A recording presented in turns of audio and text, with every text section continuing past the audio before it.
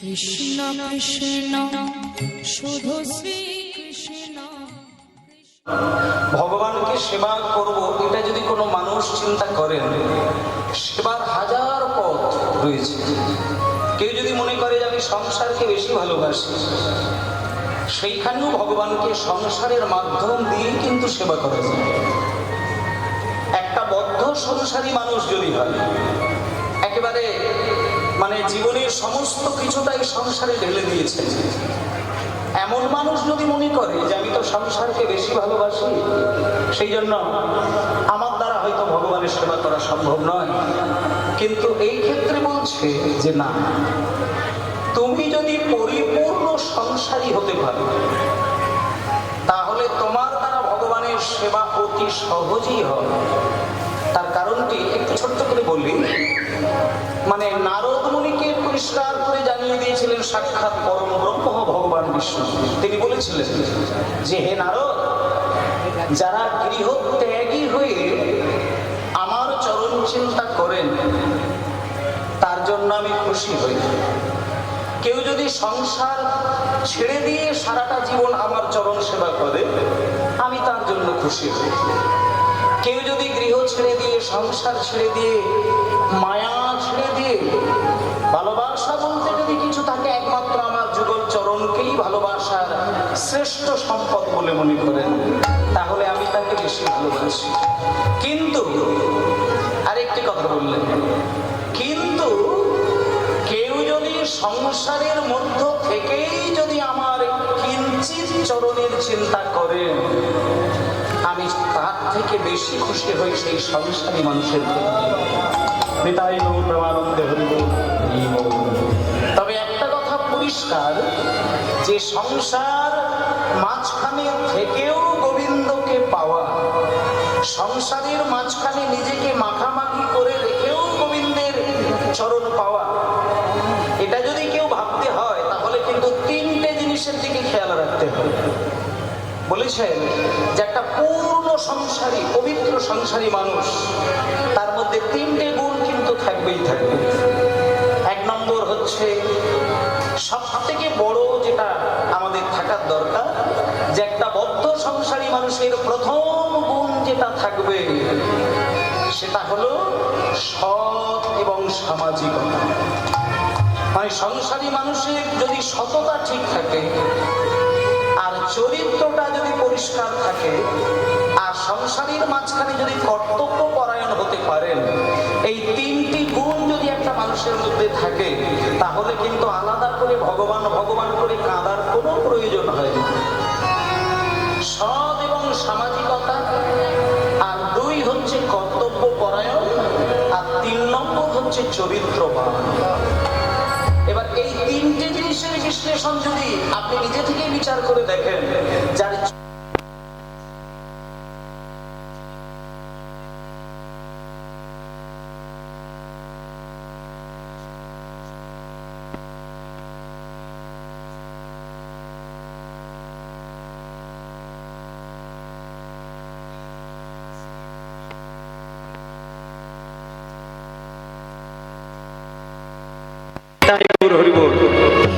এমনিতেই একটা কথা আমি বলি, কারণ প্রসঙ্গক্রমে বলি। রাধারমন চরণ দাসদেব তিনি ছোট্ট করে একটা জায়গায়, একটা পয়েন্টে তিনি বলেছিলেন যে একজন সারাটা জীবন কীর্তন গান করে যায়, সারা জীবন ধরে ধুতি পাঞ্জাবি পরে যায়, সারাটা জীবন ধরে 10 লক্ষ টাকার মন্দির তৈরি করে সেইখানে 3 বার ভগবানকে সেবা দিতে দিতে কাঁদতে পারে, জপের মালায় নাম করেন, দ্বাদশ সঙ্গে তিলক সেবা করেন, কিন্তু মানুষের সঙ্গে ভদ্রতা বজায় রাখতে সে পারে না।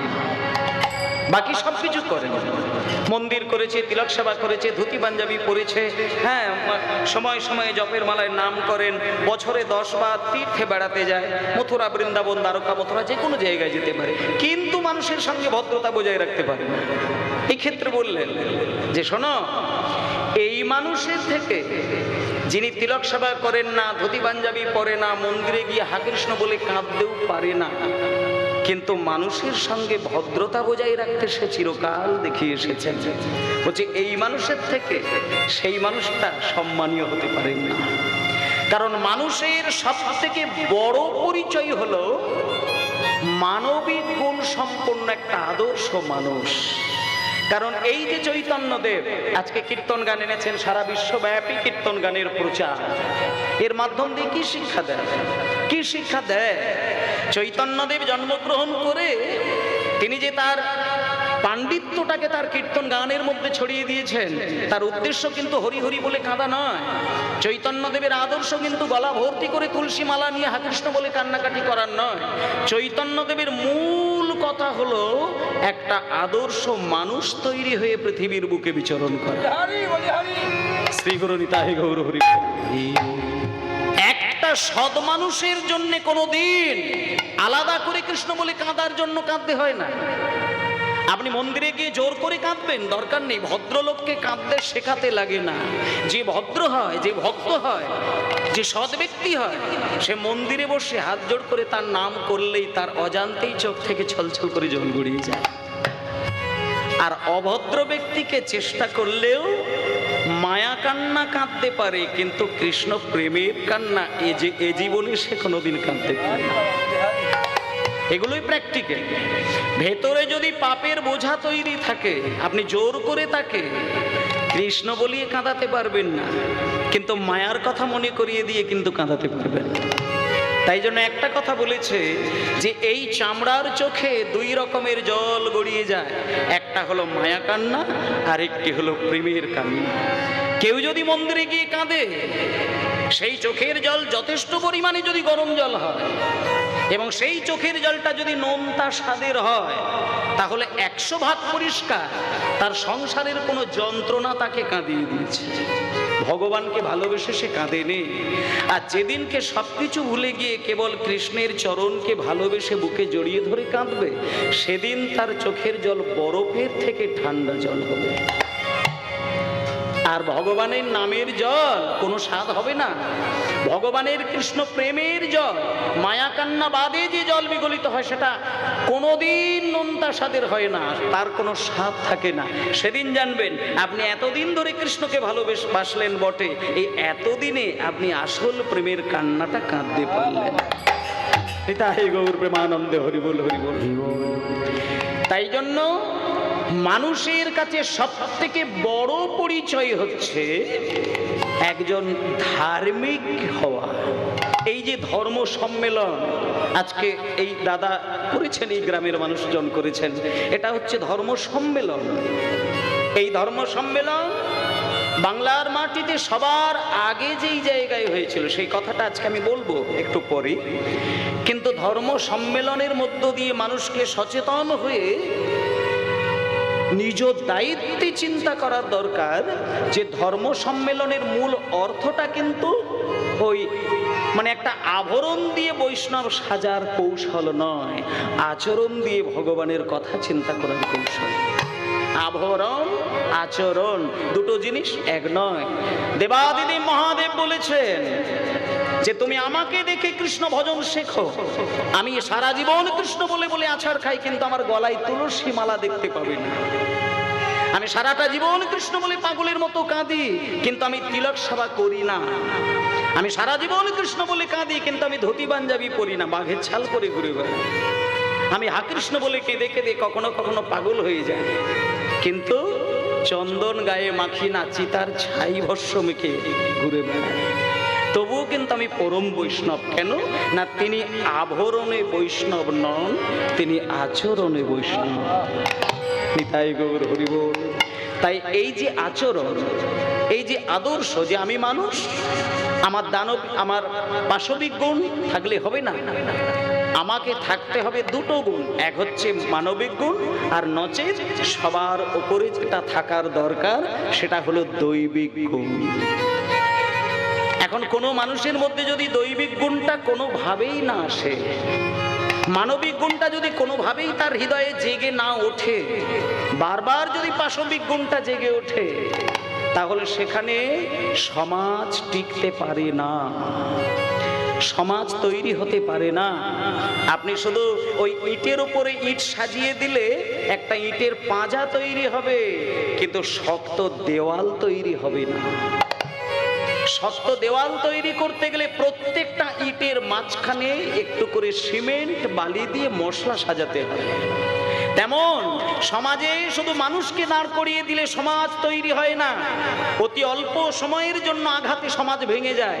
প্রত্যেকটা মানুষের হৃদয়ে যদি প্রেম রূপী মশলা থাকে, সমাজ অনায়াসেই মধুর হয়ে ওঠে। হরিবোল হরিবোল।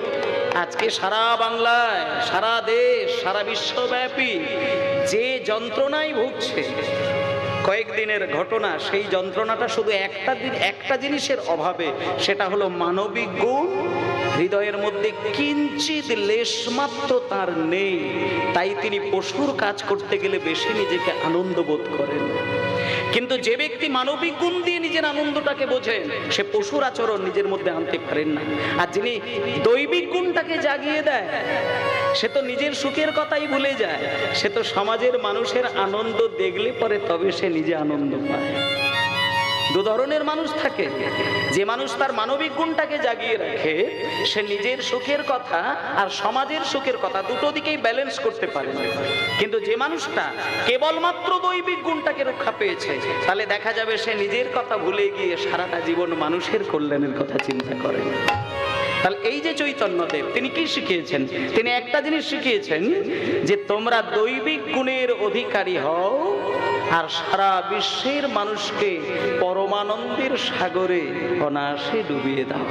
আর আজকের এই কীর্তন গানের একমাত্র মূল উদ্দেশ্য হচ্ছে একটু পরমানন্দের সাগরে আমি যদি নাও ভাসতে পারি, আমার মনটাকে সেই রসে ডোবাতে পারবো।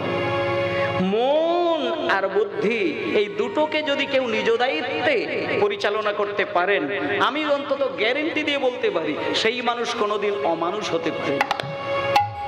আর আপনি এই পৃথিবীতে জন্ম নেবার পর যত কিছু কালেকশন করেছেন, যা কিছু আপনি জীবনে সঞ্চয় করেছেন, সেটা আপনার ইন্দ্রিয়ের দ্বারা সঞ্চয় করেছেন, এর বাইরে কিন্তু ঘটেনি। আপনার চোখ, কান, জিহ্বা, এই পাঁচটা ইন্দ্রিয় ছিল বলে আপনি এত রাজত্ব তৈরি করেছেন। পাঁচটা ইন্দ্রিয় ছিল বলে আপনি একজন বিরাট ধনবান হয়ে দাঁড়িয়েছেন। কিন্তু এই পাঁচটা ইন্দ্রিয় যদি আপনার জাগ্রত না থাকতো, আপনি নিজের জীবনে নিজেই কিছুই করতে পারতেন না। তাহলে প্রাকৃত জগতের ধন সম্পত্তির মালিক পঞ্চ ইন্দ্রিয়কে খাটিয়ে দিয়ে তৈরি করলেন।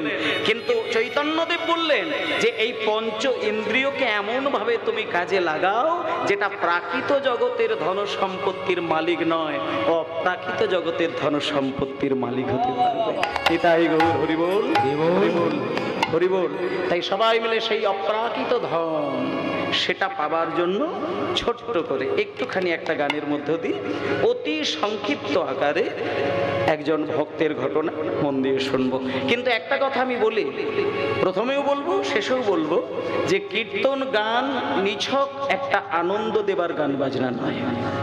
কেউ যদি মনে মনে চিন্তা করেন যে কীর্তন শুনতে যাব মানে আমি একটু কীর্তনিয়া ড্যান্স বা নাচ, কি একটু তাল, কি একটু সুরের মূর্ছনা, জাদু দেখার ইচ্ছে হয়, এগুলো থাকা ভালো। তবে কীর্তনের রসটাকে পদদলিত করে দিয়ে কিন্তু নাচ গানটা ভালো নয়। কীর্তনের একটা নিজস্ব রস আছে, সেই রসটাকে একেবারে পদদলিত করে দিলাম, দিয়ে আমি আমার মন গড়া কথা আর বাইরের কিছু তামসিক রাজসিক সুর সেটাকে মিশিয়ে দিয়ে চৈতন্যদেবের মাথায় আমি পা তুলে দিলাম। আমি বলে দিচ্ছি, এইভাবে কীর্তন গাওয়া আর কীর্তন শোনা দুটোই কিন্তু চরম সর্বনাশ। আজকে বাংলার মাটিতে তাই হচ্ছে। কীর্তন বাদ দিয়ে ধর্ম পালন করা, কীর্তন বাদ দিয়ে ভগবানকে আমার আরাধ্য দেবতা বলে মনে করা, আমার মনে হয় বর্তমানে কীর্তনের বাইরে অন্য কোনো পথ হতে পারে না। একমাত্র অতি অল্প সময়ের মধ্য দিয়ে ভগবানকে নিজের আপন করে বুকে জড়িয়ে ধরার একমাত্র সঙ্গীত আসন হলো কীর্তন গান। আর সেইখানে যাতা করলে হয় না। যাতা করলেও তার একটা মিনিমাম অন্তত প্রাচীর থাকবে, সেখান থেকে বেরিয়ে যাওয়া নয়। কিন্তু আজকাল আপনারা আমার থেকে অনেক বেশি ভালো জানেন, ইউটিউব খুললে আপনি নিজের বিচার বুদ্ধিটাকেই হারিয়ে ফেলবেন যে কোন কীর্তনটা আসল আর কোন কীর্তনটি নকল, আপনি নিজেই হারিয়ে ফেলবেন। কিন্তু আপনার বুদ্ধিমত্তাটাকে ধরে রাখতে হবে, আপনাকে চিন্তা করতে হবে যে কীর্তনটা কিন্তু আমি যুক্তিতর্কের একজন পণ্ডিত সাজার জন্য শুনছি না, আমি একজন বৈষ্ণব সাজার জন্য কীর্তন শুনবো, আমি ভগবানকে চেনার জন্য কীর্তন শুনবো, আমি ভগবানকে আমার হৃদয় মন্দিরে রাখার জন্য কীর্তন শুনবো। সুতরাং যেখানে মিথ্যা যুক্তি দিয়ে কীর্তনের মূর্তি তৈরি করা হয় সেই কীর্তনকে আমি সম্মান করি না। এটা আপনাদের দায়িত্বের মধ্যে থাকতে হবে। চলুন একটুখানি বেরিয়ে যাই। হরে কৃষ্ণ, এই গানটা আমিও গাইবো, একটু আপনারাও গাইবেন। হরে কৃষ্ণ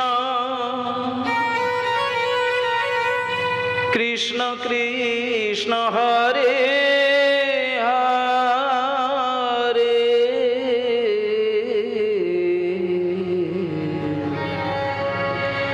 হরে রাম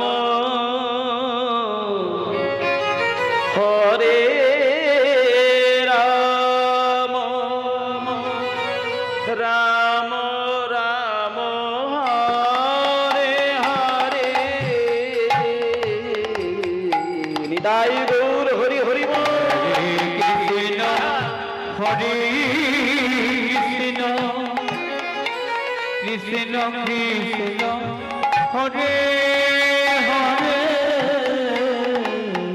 হরে রাম হরে রাম, রাম রাম হরে হরে।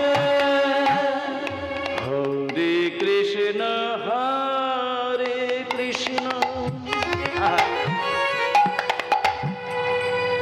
কৃষ্ণ, হরে কৃষ্ণ কৃষ্ণ কৃষ্ণ হরে হরে, হরে রাম রাম রাম হরে হরে। আচ্ছা একটুখানি সকলকে বলি, আমি কোনো গানটা গাইতে বলবো না, এই গানটা আপনাদেরকে একটু গাইতে বলবো। তবে তিনভাবে ভগবানের গান করা যায়, চিন্তা করার নেই। ভগবানের নাম তিন রকমভাবে করা যায়, উচ্চই স্বরেও করা যায়, ফিসফিস করেও করা যায়, মনে মনেও করা যায়। যেভাবেই তুমি করো না কেন, পূর্ণ মাত্রায় ভক্তি মিশিয়ে যদি করতে পারো তাহলে তোমাকে চিন্তা করতে হবে না। তুমি তোমার তালপাতার ঘরের মধ্যেই থাকো, ব্রজধামে গিয়ে কাঁদতে হবে না, ওখান থেকে কৃষ্ণ নিজে ছুটে এসে তোমার হৃদয় দরজা ভেদ করে চরণ যুগল পারি। শুধু প্রেম, শুধু ভালোবাসা, শুধু বিশ্বাস। তাই আমি এই গানটা গাইব, একটু মনে মনে যদি পারেন, ছন্দে ছন্দে সুরে সুরে শুধু আপনাদের মনটা মিলিয়ে মিশিয়ে গানটা করবেন, মনে মনেই গাইবেন। প্রেম আপনা আপনি এসে যাবে ভগবানের অপার কৃপা। চেষ্টা করবেন সুরে গানটা মেলানো। হরে কৃষ্ণ হরে কৃষ্ণ কৃষ্ণ কৃষ্ণ হরে হরে, হরে রাম হরে রাম, রাম রাম হরে হরে। হরে কৃষ্ণ হরে কৃষ্ণ কৃষ্ণ হরে হরে, হরে রাম হরে রাম, রাম রাম হরে হরে। হরে কৃষ্ণ কৃষ্ণ কৃষ্ণ হরে হরে, হরে রাম রাম রাম হরে হরে। হরে কৃষ্ণ হরে কৃষ্ণ কৃষ্ণ হরে হরে, হরে রাম হরে রাম, রাম হরে হরে। হরে কৃষ্ণ কৃষ্ণ কৃষ্ণ হরে হরে, হরে রাম